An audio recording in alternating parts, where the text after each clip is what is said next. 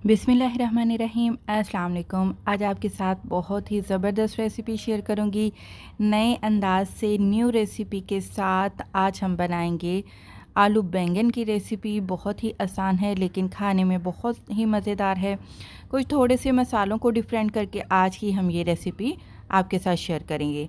तो मसाले देख लीजिए, साबुत मसाले हैं जिसमें मैं आधा छोटा चम्मच मेथी दाना का इस्तेमाल कर रही हूँ, आधा छोटा चम्मच मस्टर्ड सीड यानी कि राई दाना है, आधा छोटा चम्मच ही हम इसमें कलौंजी डालेंगे और इनको मिक्स कर लेंगे।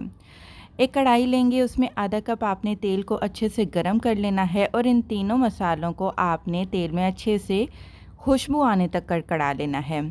जब इन मसालों में खुशबू आना शुरू हो जाएगी तो अब आपने इसमें प्याज डालने हैं, जो कि मेरे पास 2 मीडियम साइज़ के प्याज थे।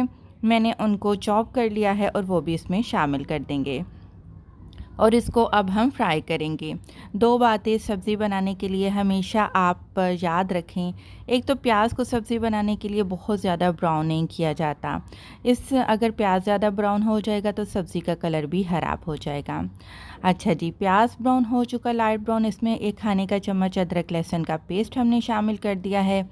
हल्का सा इसको भी ब्राउन करेंगे और साथ ही हम 2 बड़े साइज़ के चॉप किए हुए टमाटर और साथ ही हम मसाले डालेंगे। 1 छोटा चम्मच नमक का, 1 छोटा चम्मच लाल मिर्च का पाउडर, आधा छोटा चम्मच हल्दी पाउडर का जाएगा।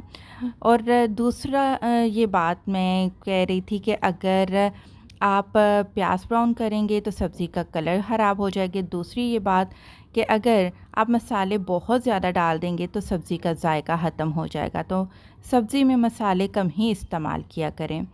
अच्छा जी, मसाला अच्छे से भुन चुका है तो हम इसमें डाल देंगे बैंगन और आलू। और आप देख सकते हैं मैंने फिंगर्स में इनको काटा हुआ है। आप इस तरह बनाएं तो ज़बरदस्त आलू बैंगन की सूखी सब्ज़ी बनकर तैयार होगी।